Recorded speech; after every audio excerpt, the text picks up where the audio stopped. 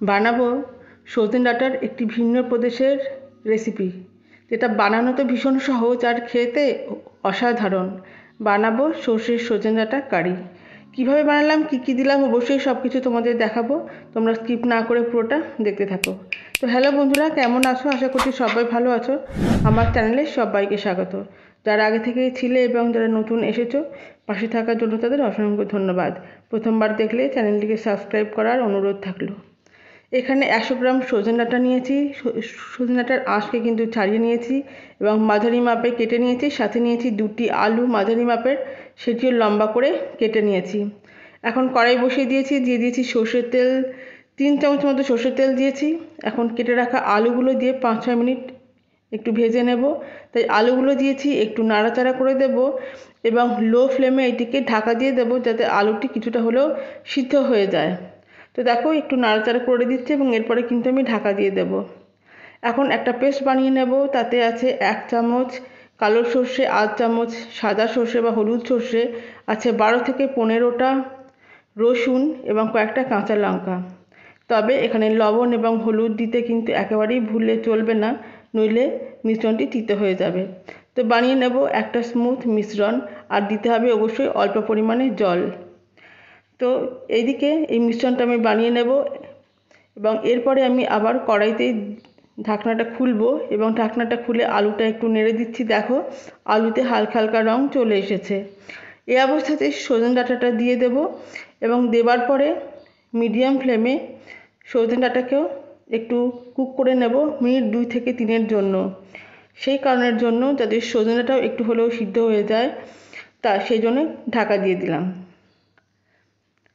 3 minute পরে আমি ঢাকাটা খুলছি।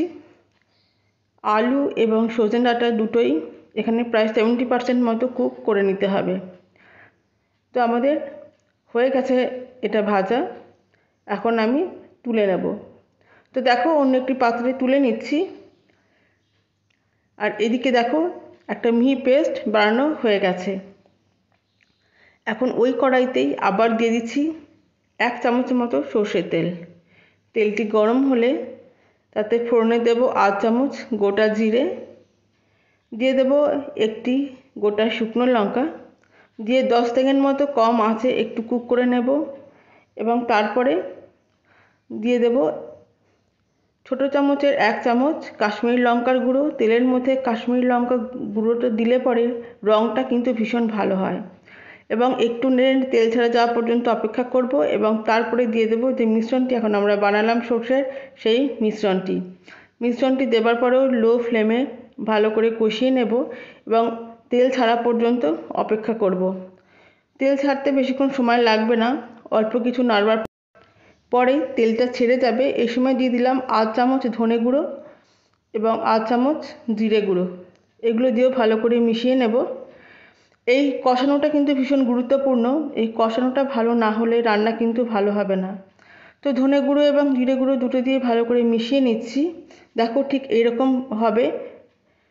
এখন তেলও ছেড়ে দিয়েছে। এই সময়তে দিয়ে দেব একটি মাঝারি আকারের টমেটোকে কুচি, যেটা মিহি করে কাটা থাকবে। তো টমেটোটা দিয়েও খুন্তি দিয়ে ভেঙে ভেঙে দিতে হবে, যাতে টমেটোটা মিশে যায়। টমেটোটা দিয়েও কষিয়ে নিলাম এবং লো ফ্লেম করে ঢাকা দিয়ে দেব, যাতে টমেটোটাও ভালো করে কুক হয়ে যায়। মিনিট 5 পরে খুলছি, দেখো তেল ছেড়ে দিয়েছে। তবে যাতে কষানোটা আরও ভালো হয়, সেই কারণের জন্য এখন মশলার বাটি ধোয়া যে জল, সেখান থেকে অল্প পরিমাণে জল যোগ করছি এবং যোগ করে দেওয়ার পরেও আবার নেড়ে দেব এবং তেল ছাড়া পর্যন্ত অপেক্ষা করব। এই রকমভাবে 1 থেকে 2 বার, মোটামুটি 2 বার করলে ভালো হয়। আর মাঝে মাঝে টমেটোটাকে ঠিক এরকমভাবে খুন্তি দিয়ে আমরা প্রেস করে দেব, যাতে টমেটোটাও মিশে যায়। এবং দেখতে দেখতে অল্প নাড়ার পরেই তেলটা ছেড়ে আসবে। এরকম ঢাকা দিয়ে কুক করলে ভালো হবে। তো দেখো, ঢাকাটা খুলে দিয়েছি অল্প পরেই এবং তেলও কিন্তু ছাড়তে শুরু করে দিয়েছে। ঠিক যখন টমেটোটাও গলে যাবে এবং তেলটাও পুরোপুরি ছেড়ে যাবে, এই যে দেখতে এখন এইরকম হবে, তখন যোগ করব গরম জল। এখানে ঠান্ডা জল যোগ করা যাবে না, গরম জল দিলে স্বাদটা ভালো হয়। তবে মাঝখানে দেখো আরও একটুখানি জল দিলাম, বলেছিলাম না যে 2 বার দিতে হবে, আগের বারে 1 বার দিয়েছিলাম আর এখন আরেকবারটা দিলাম। সেটা দিয়েও তেল ছাড়া পর্যন্ত অপেক্ষা করেছিলাম এবং দিয়ে দিলাম বড় কাপের 1/2 কাপ গরম জল। এখন গ্যাসের ফ্লেমটাকে বাড়িয়ে দিয়েছি, এখন ফোটা পর্যন্ত অপেক্ষা করব। তবে তার আগে দিয়ে দিচ্ছি চেরা কাঁচা লঙ্কা, ঢাকা দিয়ে দিলাম এবং যেই ফুটে যাবে তখন প্রথমে আগে ভালো করে মিশিয়ে দিতে হবে এবং তারপরে দিয়ে দেব ভেজে রাখা আলু এবং সজনে ডাঁটা। তো দেখো ভেজে রাখা আলু এবং সজনে ডাঁটা আমি দিয়ে দিচ্ছি এবং দিয়ে দেবার পরে ভালো করে মিশিয়ে নিতে হবে। গ্যাসের ফ্লেমটা এখন মাঝারি করে দিয়েছি। এই অবস্থাতে একটু মেশাবার পরেই এখন আপাতত ঢাকা দিয়ে দেব 7-8 মিনিটের জন্য। কিন্তু মিনিট 3 পরেই ঢাকাটা খুলব এবং ঢাকাটা খুলে এখন চেক করে নেব যে কতটা পরিমাণ লবণ দিতে হবে। আলু সজনে ডাঁটাতে অল্প পরিমাণ লবণ ছিল, ঝোলে লবণ দেওয়া হয়নি, তো সেই জন্যে সেটাকে বুঝে দিতে হবে। তাই দিয়ে দিলাম পরিমাণ মতো লবণ। লবণটা দেওয়ার পরে ভালো করে অবশ্যই মিশিয়ে নিতে হবে এবং আবার ঢাকা দিয়ে দিতে হবে। তবে এর মধ্যেও চেক করে নিতে হবে যে আলু কতটা পরিমাণে সিদ্ধ হয়েছে। এক একটা আলু এক রকম সিদ্ধ হয়। আরও মিনিট 3-4 পরে আমি ঢাকাটা খুলছি। তো ঢাকাটা খোলার পরে দেখো তেল তো ছাড়তে শুরু করে দিয়েছে, অনেকটা তেল ছেড়েও দিয়েছে। এই অবস্থাতে চেক করে নিতে হবে যে আলু এবং সজনে ডাঁটা আমাদের সেদ্ধ হয়েছে কিনা। কোনো কোনো আলু একটু তাড়াতাড়ি সিদ্ধ হয়, তাই এক একটা আলুর কিন্তু সময়টা এক এক রকমের লাগে। তো আলু আর সজনে ডাঁটা সেদ্ধ হয়ে গেছে, তাই এখন গ্যাসের ফ্লেমটাকে হাই করে দিলাম বা বাড়িয়ে দিলাম এবং 1 মিনিট এই হাই ফ্লেমে কুক করে নেব। এইখানে আমি কোনো চিনির ব্যবহার করিনি, তবে আমরা বাঙালিরা চিনি খেতে পছন্দ করি। তোমরা যদি চিনি একটু দিতে চাও তাহলে অবশ্যই এইখানে টেস্ট করে নিজেদের স্বাদ মতো অল্প চিনি যোগ করতেই পারো। তো দেখো এই যে 1 মিনিট হয়ে গেছে, ঝোলটা এখন দেখতে এইরকম হয়েছে। এখন গ্যাসটাকে বন্ধ করে দেবার পালা। এবং শুধু তাই নয়, এখন ঢাকা দিয়ে দেব এবং স্ট্যান্ডিং টাইম 10 মিনিটের জন্য ঢাকা দিয়ে রেখে দেব। তো এইভাবে সজনে ডাঁটাটা বানিয়ে দেখো, একদম ভিন্ন স্বাদে, কিন্তু খেতে অসাধারণ লাগবে। আর দেখতেই পেলে বানানো কতটা সহজ।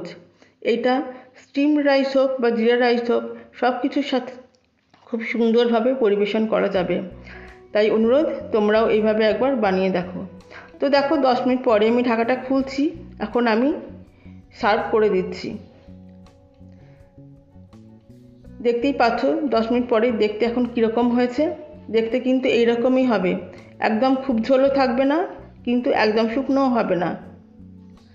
তো তোমাদের কেমন লাগলো তোমরা অবশ্যই কমেন্ট করে জানিও। ভালো লাগলে লাইক এবং সাবস্ক্রাইব করার অনুরোধ থাকলো, আর পাশে রাখা বেল আইকনটা প্রেস করতে ভুলো না। গরমের দিনে হলেও এই সজনে ডাঁটা আমরা তো প্রায়শই খাই, তো এইভাবে একবার খেয়ে তোমরাও স্বাদ বদলাও। ভালো লাগলে লাইক এবং সাবস্ক্রাইব করার অনুরোধ থাকলো, পাশে রাখা বেল আইকনটা প্রেস করতে ভুলো না। দেখার জন্য রইল অসংখ্য ধন্যবাদ। সবাই ভালো থেকো, আবার ফিরে আসবো নতুন কিছু নিয়ে।